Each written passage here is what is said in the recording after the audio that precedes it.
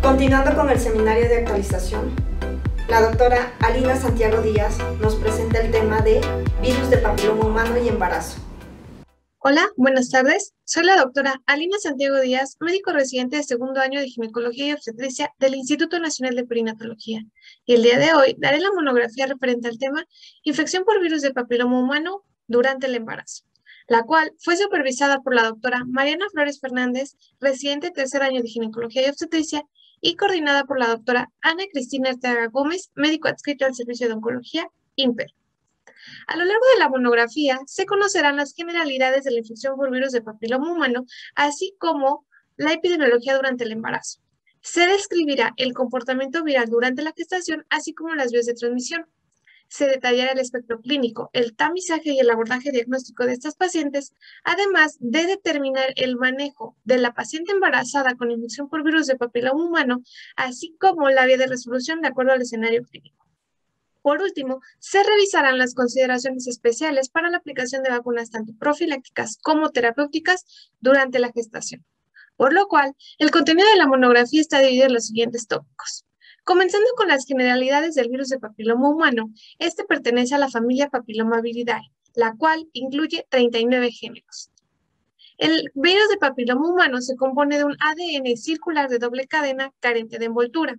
Asimismo, a lo largo de la historia han sido identificados más de 200 genotipos, los cuales han sido agrupados en alfa, nu, mu, beta y gamma de acuerdo al tropismo celular.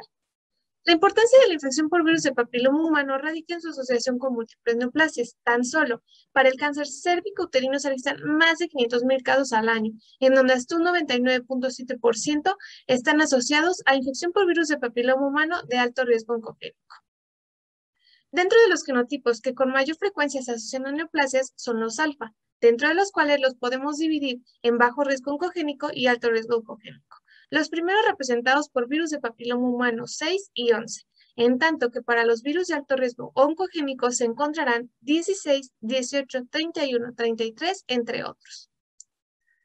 La composición del virus de papiloma humano es a través de tres zonas: la región temprana, la región tardía y la región reguladora. En la región temprana se encuentran las proteínas que son indispensables para el proceso de replicación y de transcripción viral, estas denominadas con la letra E y numeradas del 1 al 7. E6 y E7 cobran importancia principal para el proceso de carcinogénesis, puesto que ejerce poder bloqueante sobre P53 y el gen asociado a retinoblastoma. Además, se ha visto que estas proteínas pueden generar inestabilidad a nivel del genoma celular. Por otro lado, la región tardía, denominada con la letra L y numerada con el 1 y el 2, se encargará de producir a las proteínas de la cápside tanto mayor como menor, las cuales están implicadas en el proceso de la infección inicial a nivel de la membrana basal del epitelio. Por último, la región reguladora contiene la proteína reguladora corriente arriba, que como su nombre lo dice, regulará la velocidad de replicación y de transcripción viral. Hablando de la epidemiología, la infección por virus de papiloma humano es la número 1 en Estados Unidos de América, alcanzando una prevalencia hasta del 36.5%. Esta infección por virus de papiloma humano tiene dos picos principales. El primero, entre los 20 y los 25 años, la cual se ha asociado al inicio precoz de la vida sexual, el nulo uso de métodos anticonceptivos, así como el número de parejas sexuales. Un segundo pico se ha encontrado entre los 45 y los 60 años. Hablando específicamente de la infección por virus de papiloma humano durante el embarazo, la prevalencia es similar a la población no gestante. Asimismo, se ha encontrado un riesgo para cáncer cérvico-uterino hasta del 2.2%, en donde virus de papiloma humano 16 y 18 son los más frecuentes. Hablando a nivel mundial, se ha encontrado que en Australia hay una prevalencia hasta del 30.6%. Para el continente americano encontramos una prevalencia de infección por virus de papiloma humano durante el embarazo de 30.3% y 13.1% para el continente europeo. A nivel nacional, la región norte muestra una prevalencia del 27.2%, para la región sur de 15.83% y para la región centro del 13%. A nivel institucional, nuestra prevalencia para infección por virus de papiloma humano durante el embarazo es del 10.8%. De igual forma, se puede presentar una prevalencia para lesiones intraepiteliales de bajo grado del 7.4% y de 0.8% para las lesiones de alto riesgo. Al ver la prevalencia por trimestre, se ha encontrado que el segundo trimestre del embarazo es el que muestra mayores cifras, hasta en un 38%. De igual forma, al dividir por grupo etario a las madres, se ha encontrado que aquellas que estén por debajo de los 25 años muestran una prevalencia muchísimo mayor comparada con otros grupos etarios. En relación a los factores de riesgo, se han identificado múltiples, tales como el inicio de la vida sexual antes de los 20 años, incrementando el riesgo para infección por virus de papiloma humano de alto riesgo oncogénico hasta 1.8 veces más, el contar con más de 2 parejas sexuales, la historia de enfermedades de transmisión sexual, el uso de anticonceptivos hormonales, así como el consumo de tabaco, todos incrementando el riesgo con intervalos de confianza estadísticamente significativos. En lo referente a las vías de transmisión, se sabe que el contacto piel con piel y piel con mucosa es la vía por excelencia, específicamente hablando a través de la vía sexual, ya sea vaginal o anal. Otras vías de transmisión han cobrado importancia en la actualidad, tales como la vertical, la horizontal y la autoinoculación. Hablando específicamente de la vía vertical, hoy se sabe que hay una transmisión potencial de la madre hacia el feto, ya sea de manera transplacentaria o por líquido amniótico. Esto mediante soluciones de continuidad de las membranas fetales. Asimismo, al momento de pasar el feto por el canal de parto, también se puede dar una transmisión vertical. Por otro lado, la vía de transmisión horizontal, esta se ha dado a través de fomites, contacto piel con piel de carácter no sexual, así como el uso de equipo médico. Hablando de la historia natural de la enfermedad, la infección por virus de papiloma humano comienza en la membrana basal del epitelio. En este comenzará la replicación y transcripción viral para llegar a las capas más superficiales del epitelio. Esto por acción principal de las proteínas de la región temprana. En las pacientes inmunocompetentes, las células inmunitarias detectarán estas células infectadas para eliminarlas.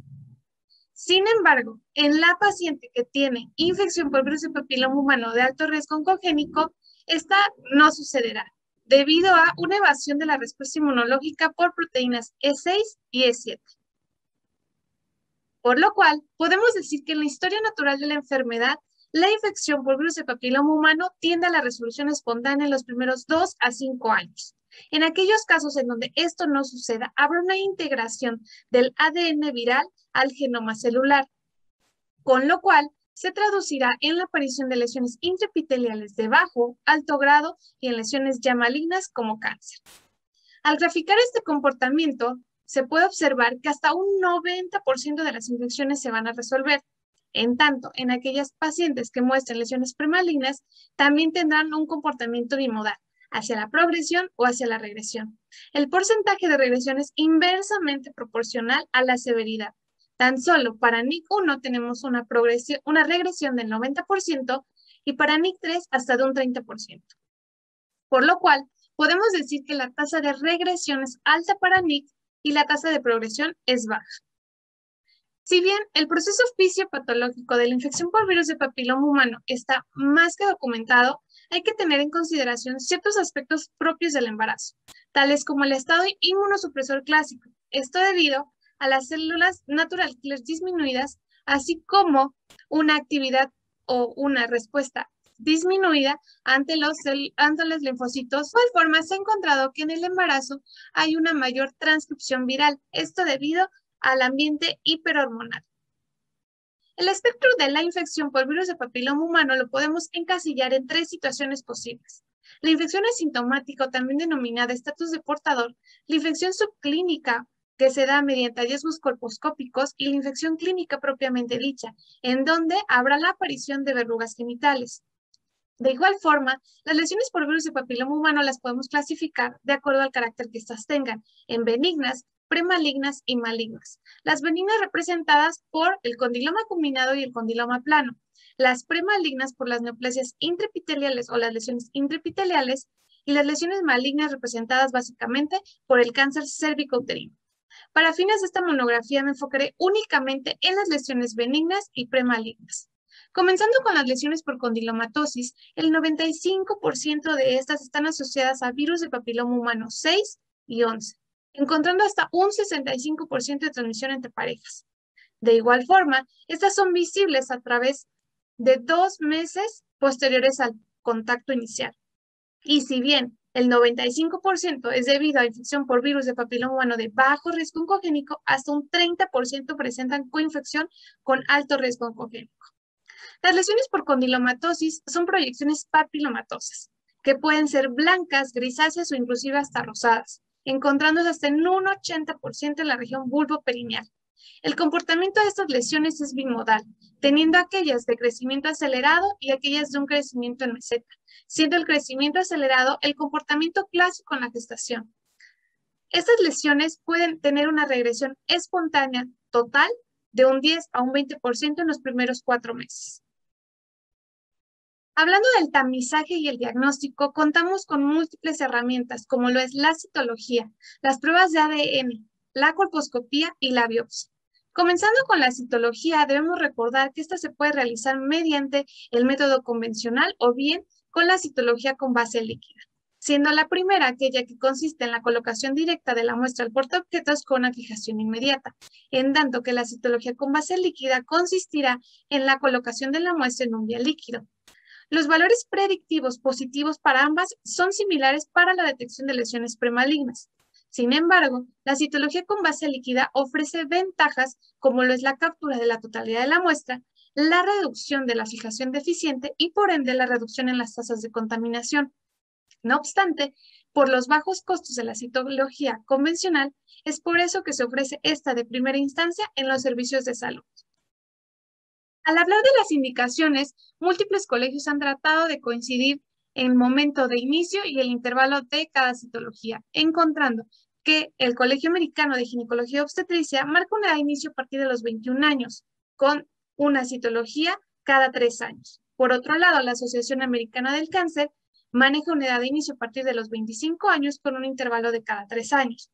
Los servicios preventivos de Estados Unidos y la ASCCP mencionan que se debe iniciar el uso de la citología a partir de los 21 años y se debe realizar cada 3 años. Hablando específicamente de la citología durante el embarazo, esta es segura y confiable, independientemente del trimestre en que se realice. Y el tamizaje debe ser igual que en la paciente no embarazada. Sin embargo, debemos ser muy cautelosos con los hallazgos, puesto que hasta un 3% de las citologías pueden presentar resultados anormales, dentro de los cuales el 47% serán debidos a lesión intraepitelial de bajo grado, un 45% para la presencia de células escamosas atípicas de carácter incierto y un 4% para lesiones intraepiteliales de alto grado. Asimismo, debemos estar familiarizados con la nomenclatura. Anteriormente se ocupaba la clasificación de la OMS, en donde dividía en displasia leve, moderada, severa y carcinoma in situ de acuerdo al grado de severidad de la lesión. Posteriormente se ocupó la clasificación de Richard, en donde se denominaba como NIC1 a la displasia leve, NIC2 para moderada y NIC3 para severa y carcinoma in situ. En la actualidad ocupamos el sistema Bethesda, en donde denomina lesión intraepitelial de bajo grado y de alto grado. De igual forma, en el reporte de citología se nos reportará el tipo de muestra, si fue mediante citología convencional o con base líquida, si la muestra fue satisfactoria o insatisfactoria, si hay resultados negativos para malignidad, otros hallazgos no neoplásicos o inflamatorios, así como la presencia de microorganismos como virus, bacterias u hongos. Y el punto medular del reporte de citología es la presencia de anomalías de células epiteliales, que pueden ser englobadas como lesión de bajo grado, lesión de alto grado, la presencia de células escamosas atípicas de carácter incierto y aquellas en donde no podemos descartar que se trate de una lesión de alto grado. En estas imágenes por citología se puede ver un comparativo de una citología normal versus aquellas que presentan lesiones intraepiteliales. En la citología normal se encuentra una organización celular conservada y una adecuada proporción núcleo-citoplasma, lo cual comienza a perderse a partir de las lesiones intraepiteliales de bajo grado. Para las lesiones intraepiteliales de alto grado, ya hay una completa desorganización celular, se pierde por completo la proporción núcleo-citoplasma, además que hay un aumento de las figuras mitóticas y en su gran mayoría estas son anómalas. Con respecto a las pruebas de ADN, estas se pueden clasificar de acuerdo al mecanismo de acción que tengan. pueden ser realizadas mediante ensayo de hibridación de ácidos nucleicos, amplificación de señal o bien mediante ensayos de amplificación de ácidos nucleicos. Los diferentes colegios coinciden que la edad de inicio debe ser a partir de los 30 años en conjunto con la citología, lo cual se denomina como co-test. Y debido a su alto valor predictivo negativo, estas pueden hacerse cada 5 años. En esta tabla podemos ver las diferentes pruebas de ADN que están autorizadas por la FDA, las cuales tienen una cobertura amplia para diferentes genotipos de alto riesgo oncogénico, alcanzando una sensibilidad para detección de NIC2 y NIC3 hasta del 100%. Con respecto a su uso durante el embarazo, estas son seguras y confiables, alcanzando hasta un 94% de sensibilidad para la detección de BPH. Estas pruebas nos determinarán un estado de portador. Con respecto a la colposcopía, en el 2012, la ASCP indicaba su realización ante toda paciente con pruebas de citología anormal, con pruebas de tamizaje no concluyentes, aquellas que tuvieran algún sangrado transvaginal de origen incierto y aquellas pacientes en donde por exploración física se encontraran hallazgos sugestivos de malignidad. En el 2019, la ASCP emite nuevos lineamientos, en donde menciona que la realización de la colposcopía dependerá de los antecedentes de la citología y pruebas de ADN, de los resultados de las pruebas de tamizaje actual, y el punto medular de las nuevas guías es el riesgo inmediato para NIC3 por arriba del 4%. Es decir, ahora la realización de la colposcopía se hará en función del riesgo y no de los resultados. No obstante, para la paciente embarazada, toda gestante con resultados anormales en la citología deberá realizársele colposcopía. Al igual que la citología, la colposcopía dispone de su propio sistema de nomenclatura, dado por la ASCP. Aquí se informará sobre una visualización general del cérvix y de la unión escamocolumnar, la presencia de cambios de cetoblancos, así como de hallazgos anormales, en donde se detallará el tamaño, la ubicación, los bordes y si hay o no zonas de necrosis. Otros hallazgos misceláneos, como lo puede ser la presencia de inflamación o pólipos, también debe ser reportada. Y el punto más importante es la impresión colposcópica, la cual puede ser normal, bajo o alto grado. Haciendo énfasis en los hallazgos anormales, se sabe que los cambios acetoblancos pueden tener una sensibilidad hasta el 87% para la detección de lesiones premalignas. Asimismo, las lesiones marcadas tras la aplicación del Lugol alcanzan una sensibilidad hasta el 87.2%. Con respecto al uso de esta colposcopía durante el embarazo, esta se debe hacer, como bien mencioné, ante citologías anormales y es inocua y segura durante el embarazo. Sin embargo, debemos ser cautelosos con los resultados, puesto que habrá hallazgos que se consideren propios del embarazo debido al efecto estrogénico, como lo es la hipertrofia cervical, el edema estromal, la hiperplasia glandular, la metaplasia escamosa, la migración de la zona de transformación, la hiperemia de la mucosa vaginal y la desidualización. Este estudio, publicado en el año 2018, tuvo por objetivo investigar la confiabilidad de la colposcopía durante el embarazo, así como la concordancia de los hallazgos por colposcopía con los hallazgos histopatológicos. Se incluyeron a 69 mujeres embarazadas con resultados de citologías anormales, a las cuales se les realizó colposcopía y biopsia dirigida por colposcopía, encontrándose que un 65% presentaba anormalidades citológicas mayores, las cuales incluían lesiones intraepiteliales de alto grado y la presencia de células escamosas atípicas en donde no se podía descartar una lesión de alto grado. Y un 35% restante mostraba lesión de bajo grado y ascos, las cuales fueron denominadas como anormalidades citológicas menores. Al realizarse colposcopía en estas pacientes, un 76% de estas mostraba hallazgos colposcópicos grado 2, los cuales consideraban múltiples cambios acetoblancos y puntilleo grueso, y un 20% mostraba hallazgos colposcópicos grado 1, lo cual significaba un único cambio acetoblanco y puntilleo fino. A estas pacientes se les dividió en dos grupos de acuerdo al momento en que se realizaron las diferentes pruebas de tamizaje, encontrando que había hasta un 70.6% de concordancia colpo-histopatológica en aquellas en las cuales se realizaron las pruebas antes de la semana número 20. Asimismo, se encontró que en aquellas pacientes en las cuales se realizaba por arriba de la 20ª semana del embarazo, había un mayor porcentaje de sobreestimación y de subestimación de la colposcopía. Estos autores encontraron que la colposcopía tiene un valor predictivo negativo hasta del 100% y un valor predictivo negativo del 97%, por lo cual concluyen que la colposcopía es una herramienta segura y confiable durante el embarazo y se prefiere su realización antes de la 20ª semana. Hablando de la biopsia, esta se reservará ante casos muy particulares, como lo es el agravamiento de la lesión, ante sospecha de lesión maligna y o invasora, y la muestra que se tome deberá ser menor de 1 centímetro, tomando de 2 a 4 sitios de la lesión sospechosa. El hecho de realizar una biopsia no se asocia con resultados adversos ni maternos ni perinatales. Comenzando con el manejo y el seguimiento de la paciente con infección por virus de papiloma humano durante el embarazo, tenemos 2 escenarios posibles: la paciente con condilomatosis y la paciente con lesiones intraepiteliales. Para el primer escenario, hoy en día contamos con métodos ablativos, excisionales y mixtos, siendo estos últimos los preferidos en la actualidad, puesto que mejoran la tasa de resolución y disminuyen la tasa de recurrencia. El objetivo principal de tratar a la paciente con condilomatosis durante el embarazo es la disminución de la transmisión vertical, además de determinar la viabilidad de la resolución vía vaginal. Asimismo, servirá para vigilar y manejar las lesiones premalignas. Nuestras 3 opciones terapéuticas principales para el manejo de la condilomatosis es el uso de ácido tricloroacético, la electrocirugía y la terapia láser. Terapias adicionales como el imiquimod, la crioterapia, la terapia fotodinámica y la hipertermia local cuentan con evidencia limitada. Iniciando con el uso del ácido tricloroacético, este funciona a través de generar coagulación química de las proteínas. Este se aplica de manera semanal y se encuentra una respuesta en las primeras 4 a 6 semanas hasta del 86%, con una tasa de recurrencia del 36%.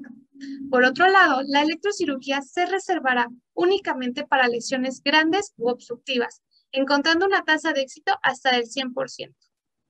Otra terapia útil es la terapia láser, la cual se puede ocupar en cualquier trimestre del embarazo, para lesiones extensas específicamente, con una tasa postparto de recurrencia hasta del 22%.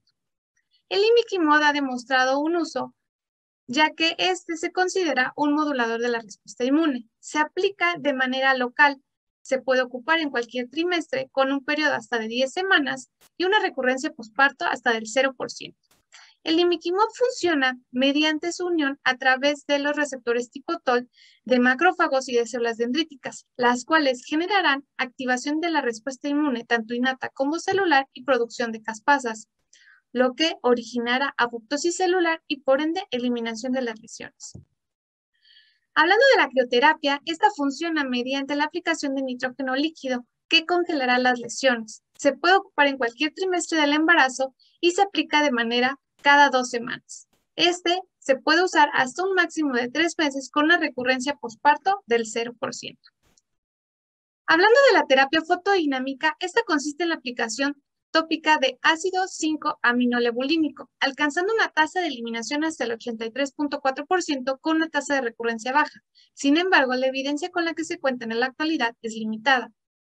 Asimismo, la hipertermia local cuenta con evidencia sumamente limitada. Este estudio, publicado en el año 2019, tuvo por objetivo el evaluar la eficacia de la terapia fotodinámica para el manejo de la condilomatosis durante el embarazo. Se incluyeron a 16 embarazadas a las cuales se les aplicaron 3 sesiones de terapia fotodinámica y 22 embarazadas con 3 sesiones de crioterapia, encontrando que posterior a la crioterapia, un 72% mostraban regresión de las lesiones. Para el caso de la terapia fotodinámica, un 92% mostró regresión. A estas pacientes se les dio un año posterior a la resolución obstétrica, encontrando una tasa de recurrencia para la terapia fotodinámica del 6.3%, lo cual contrasta con un 36.4% para aquellas a las cuales se les aplicó crioterapia. Por lo cual, los autores concluyen que la terapia fotodinámica es segura y eficaz para el manejo de la condilomatosis durante el embarazo. Una vez que conocemos los diferentes métodos terapéuticos que se pueden ocupar durante el embarazo, la elección dependerá de las características de la lesión, el tamaño, el número, la extensión, así como la ubicación de estos, la preferencia de la paciente y la experiencia del médico tratante. Y un punto muy importante para escoger el método terapéutico será la semana de gestación. En la actualidad, Se preferirá el uso de ácido tricloroacético como primera elección independientemente del trimestre, en tanto que para las etapas tardías del segundo trimestre y el tercer trimestre se preferirá la terapia láser y la electrocirugía.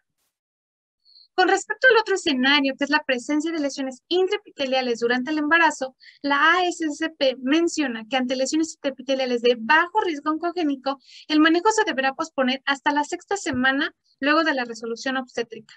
Para el caso de las lesiones intraepiteliales de alto grado oncogénico, estas deben ser vigiladas mediante citología y colposcopía con un intervalo de 12 a 24 semanas. Se debe contemplar realizar biopsia en aquellas pacientes en donde sus lesiones empeoran o se sospecha de invasión.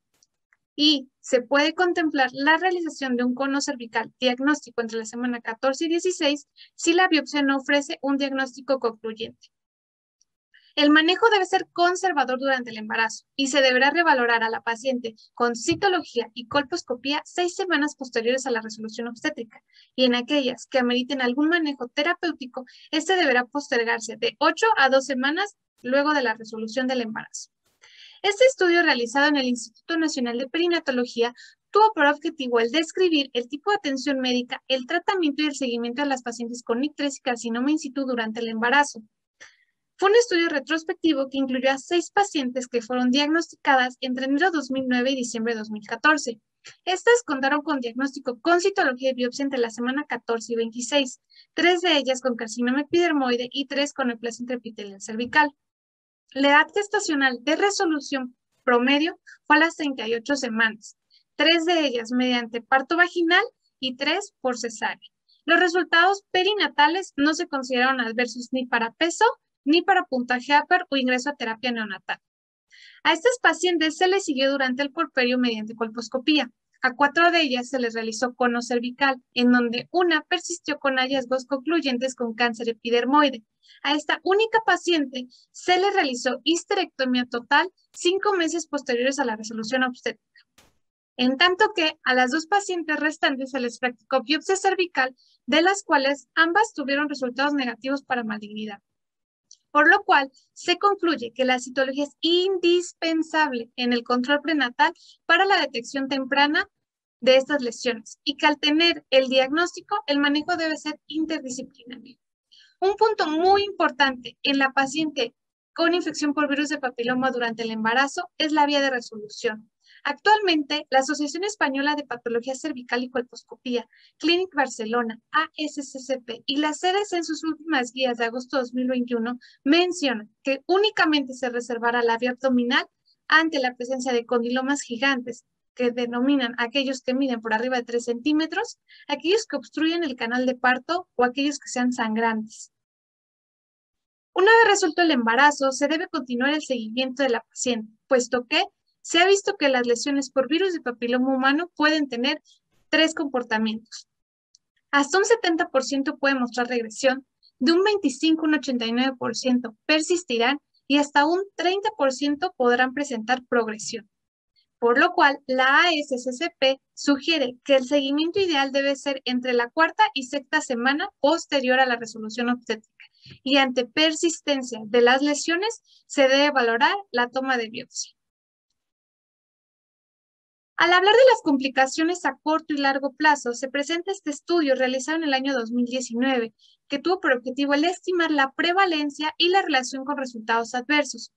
Se incluyeron a 104 pacientes sanas a las cuales se les practicó citología, colposcopía y pruebas de ADN, encontrando que un 39% tenía resultados positivos para infección por virus de papiloma humano. De ellas, 41 estaban infectadas por VPH de alto riesgo oncogénico y 21 mostraban coinfección con otros genotipos. En la tabla podemos observar los resultados adversos evaluados, en donde únicamente se encontró una P estadísticamente significativa para la presencia de ruptura prematura de membranas. Al momento de comparar los resultados adversos perinatales entre las madres VPH positivos de las negativas, no hubo diferencia significativa entre la edad gestacional al nacimiento, el peso al nacer, ni con respecto a los puntajes de APGAR al minuto y al minuto 5. Por lo cual concluyen que la prevalencia de infección por virus de papiloma durante el embarazo es alta y que se asocia principalmente a ruptura prematura de membranas. Este otro estudio, publicado en el año 2021, fue una revisión sistemática y metaanálisis que incluyó a 36 estudios. Esto con el objetivo de evaluar la asociación de la infección por virus de papiloma humano y resultados adversos durante el embarazo, encontrándose que aumenta el riesgo de parto pretérmino hasta 0.7 veces más, así como la presencia de ruptura de membranas hasta 0.4 veces más, ambos con intervalos de confianza estadísticamente significativos. De igual forma, se encontró que la infección por virus de papiloma humano se asociaba con restricción de crecimiento intrauterino y peso bajo para edad gestacional, de igual forma con intervalos de confianza estadísticamente significativos. Por lo cual, concluyen que hay una fuerte asociación entre la infección por virus de papiloma humano y diferentes resultados adversos, tanto maternos como perinatales. A largo plazo, se sabe que la infección por virus de papiloma humano durante el embarazo y la transmisión vertical puede ocasionar la aparición de papilomatosis laringea, la cual consiste en la proliferación de lesiones exofíticas en el tracto respiratorio, específicamente en las cuerdas vocales, en la región subglótica y en la superficie epiglótica, en un 90% asociado a virus de papiloma humano 6 y 11. Este afecta a 4.3 por cada 100.000 niños. Además, el 75% de estos debutarán en la primera infancia. Estas pueden, como bien mencioné, debutar en la primera infancia o bien en la etapa adulta. Sin importar el momento de aparición, la pentada clásica es ámbar, puesto que presentarán tos, apnea, estridor, disnea y disfonía, siendo este el dato pivote en los pacientes. El tratamiento no es curativo. Únicamente se hace con el objetivo de preservar la permeabilidad de la vía aérea y la calidad de la voz. Este principalmente es quirúrgico. Puede ser con láser, ablación, el uso de microdesbridadores o bien en aquellos pacientes seleccionados con láser en consultorio. Y el 20% de estos requerirá de terapia adyuvante a lo largo de la vida. Actualmente, la medida preventiva por excelencia es la aplicación de las vacunas profilácticas. Estas se incluyen ya en los esquemas de vacunación de 60 países. Hasta el día de hoy, un 54% de nuestra población femenina cuenta ya con un esquema de vacunación.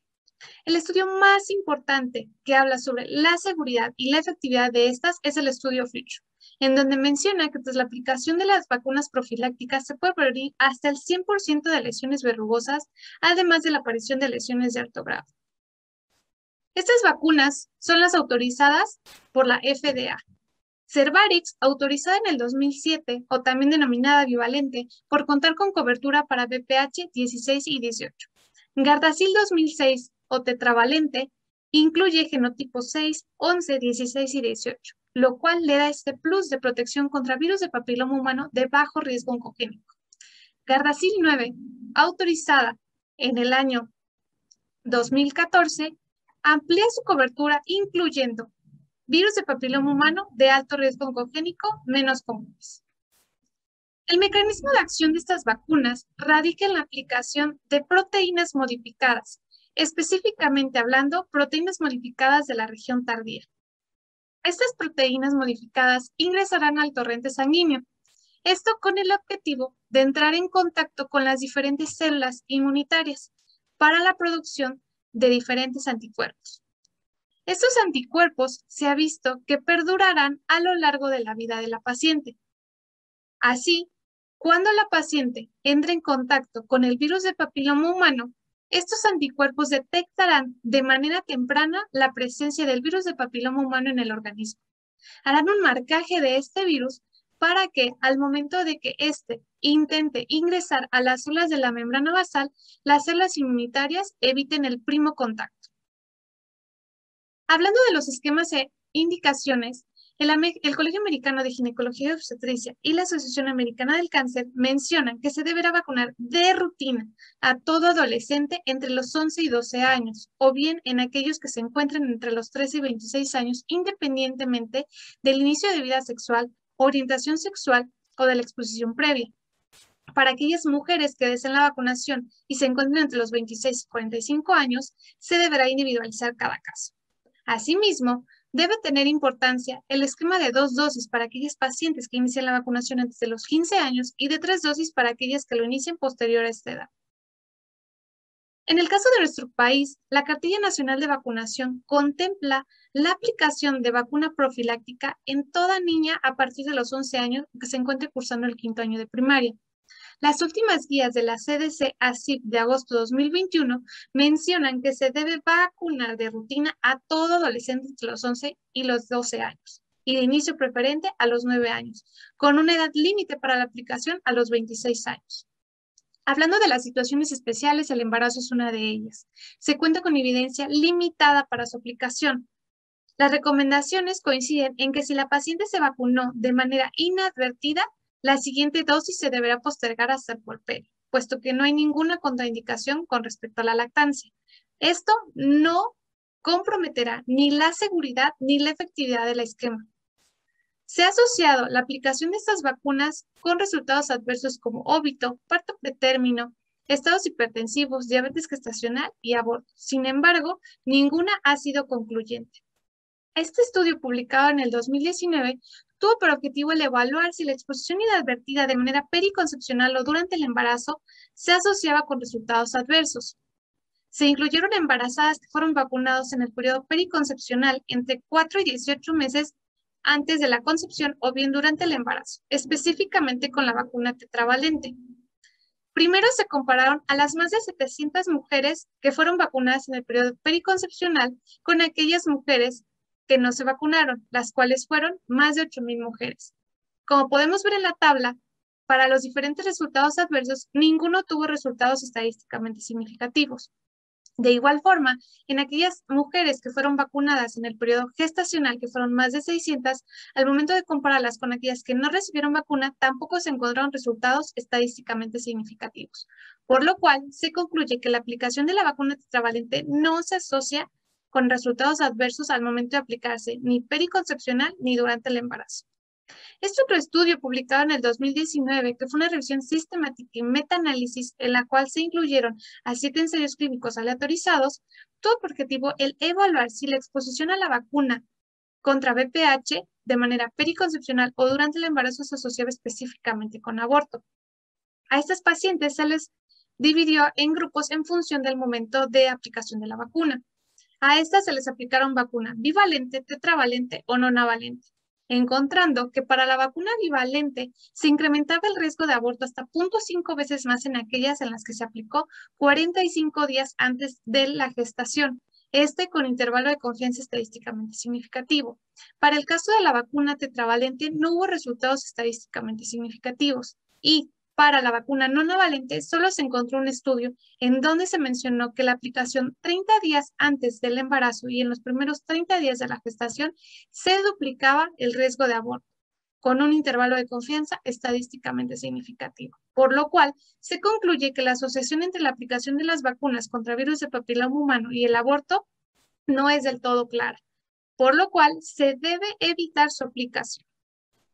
El objetivo a largo plazo es la creación de vacunas terapéuticas. Esto surge a través de una transición entre vacunas profilácticas y terapéuticas, derivado de la desigualdad en la cobertura de estas vacunas profilácticas, la protección cruzada limitada, así como el nulo efecto terapéutico que tienen las vacunas profilácticas sobre las células ya infectadas.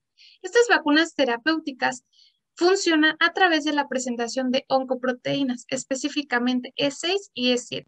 Esto generará activación de los linfocitos T y consecuentemente generará una respuesta citotóxica para favorecer la eliminación de las células infectadas. En la actualidad se están desarrollando vacunas terapéuticas con múltiples vectores, tales como ácidos nucleicos, péptidos, proteínas, bacterias, virus atenuados y células dendríticas, cada uno con sus mecanismos de acción muy particulares, pero todos con un objetivo en común, el destruir células ya infectadas por virus de papiloma humano.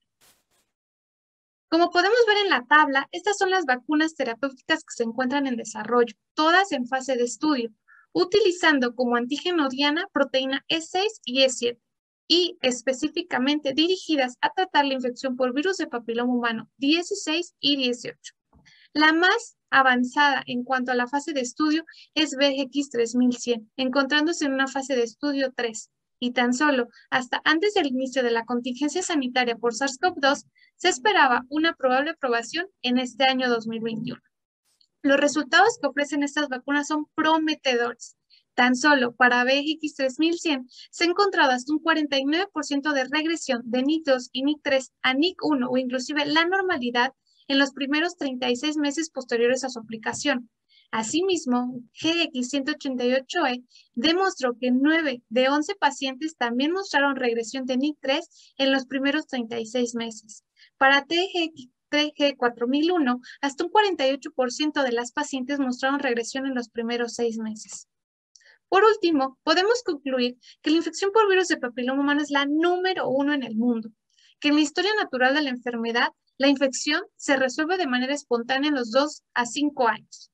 El tamizaje es indispensable, seguro y confiable en la paciente embarazada.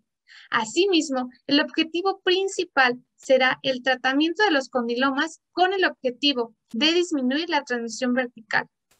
El manejo de las lesiones intraepiteliales debe ser expectante hasta el puerperio. La resolución biabdominal solo se reservará ante la presencia de condilomas por arriba de 3 centímetros, aquellos que obstruyan el canal de parto y que sean sangrantes. La vacunación profiláctica no se debe aplicar en el embarazo, por la evidencia tan limitada con la que se cuenta.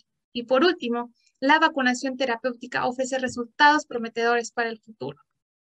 Gracias. Agradecemos a la doctora su excelente plática y los esperamos la siguiente semana con nuestro próximo tema.